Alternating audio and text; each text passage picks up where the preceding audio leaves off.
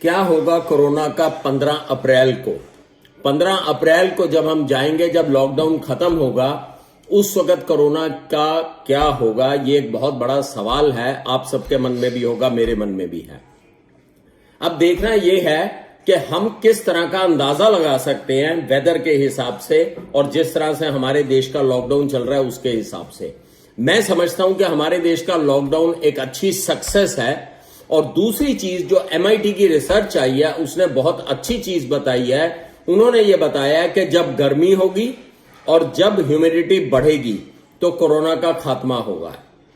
जब भी गर्मी बढ़ेगी और ह्यूमिडिटी बढ़ेगी तो कोरोना सक्रिय कम होगा।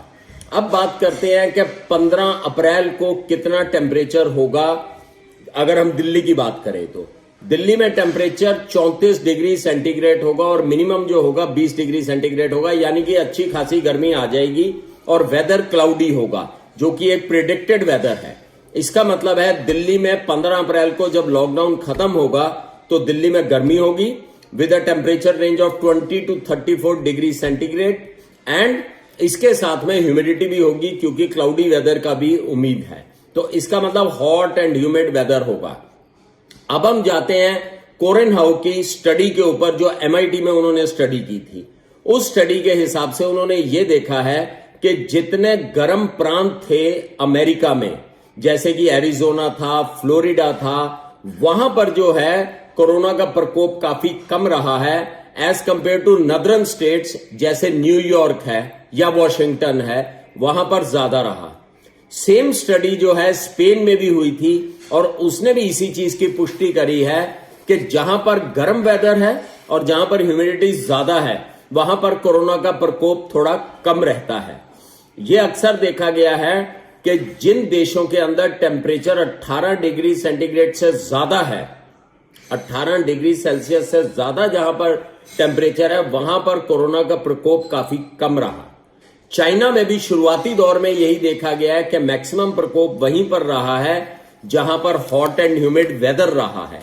ये एक बहुत बड़ी फाइंडिंग है और इस फाइंडिंग ने पुष्टि की है कि हो सकता है, काफी संभावना है। हम केवल संभावना लगा सकते हैं, हम दावे से कुछ नहीं कह सकते, लेकिन इसके अंदर काफी बड़ी संभावना है कि कोल्ड एंड ड्राई वेदर में ये केवल कोरोना नहीं, बाकी सब वायरसेस भी हमारे जो हैं वो कोल्ड एंड ड्राई वेदर में ज्यादा पनपते हैं, जैसे कि इन्फ्लुएंजा हो गया, पैरा इन्फ्लुएंजा हो गया, रेस्पिरेटरी सिंचिटियल वायरस हो गए या एडिनो हो गया, कॉक्सिकियो हो गया। ये सारे वायरसेस जो हैं ये देखा गया है कोल्ड एंड ड्राई वेदर में ज्यादा पनपते हैं, हॉट एंड ह्यूमिड वेदर में ये काफी ज्यादा कम सक्रिय हो जाते हैं।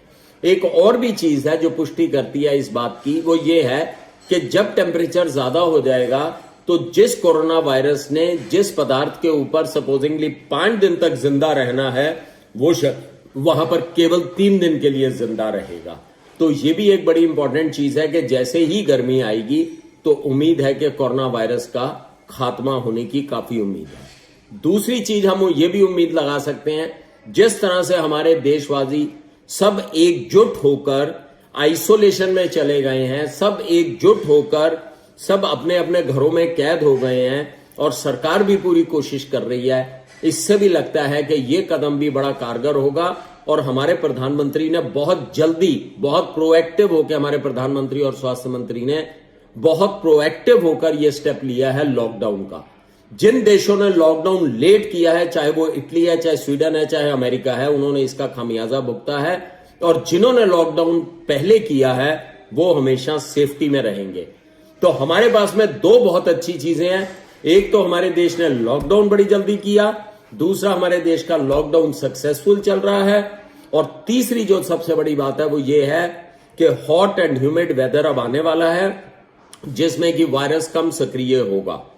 हो सकता है कि ये एक खुशखबरी में तब्दील हो जाए, जिस चीज की हम लोग अटकलें लगा रहे हैं ये खुशखबरी में तब्दील हो जाए और 15 अप्रैल में आने के बाद में हो सकता है ये वायरस का अगर खात्मा ना भी हो तो ये बहुत कम प्रकोप इसका रह जाए।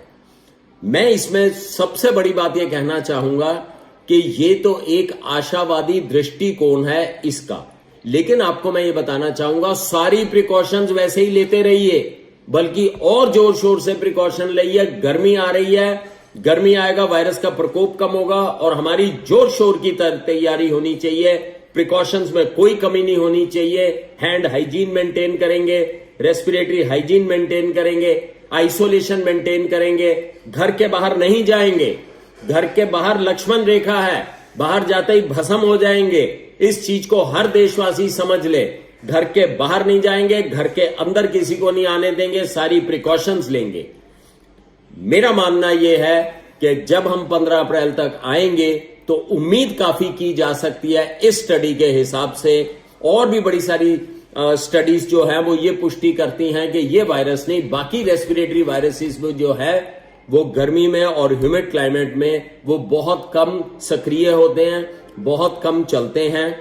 तो मुझे पूरी उम्मीद है कि ये वायरस जो है आने वाले समय में कम होगा। नेशन वन की खबरों के अपडेट के लिए आप हमारे चैनल को लाइक करें, सब्सक्राइब करें, पसंद आई वीडियो को शेयर करना ना भूलें और ज्यादा जानकारी के लिए लॉग इन करें www.nation1.tv पर।